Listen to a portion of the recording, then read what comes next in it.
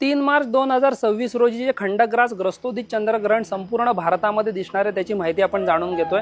हे जे ग्रहण आहे हे चंद्रग्रहण ग्रस्तोदित असल्यामुळे ग्रस्तोदये विधोः पूर्वं नाहर भोजनम आचरेत या वचनानुसार ग्रहणाचे जे वेध आहेत ते 3 मार्च 2026 च्या सूर्योदयापासून सुरू होतात, परंतु बाल, वृद्ध, अशक्त, रोगी आणि गर्भवती स्त्रियांनी दुपारी 2:15 पासून ते ग्रहण संपेपर्यंत म्हणजे सायंकाळी 6:47 पर्यंतच फक्त ग्रहणाचे वेध पाळायचे। ग्रहणाच्या मुख्य वेध काळामध्ये भोजन आणि जलपान करू नये।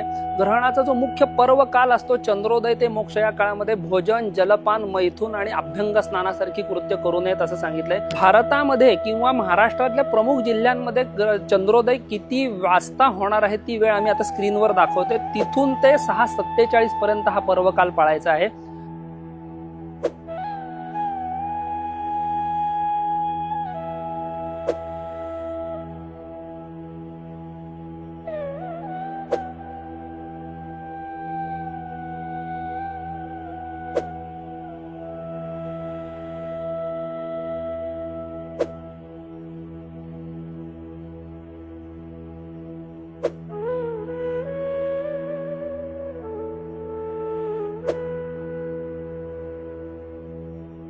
हे ग्रहण संपूर्ण जगभरामध्ये कुठे कुठे दिसणार आहे तिथले सुद्धा स्पर्श मोक्षाच्या वेळा आम्ही इथे स्क्रीनवर देतोय।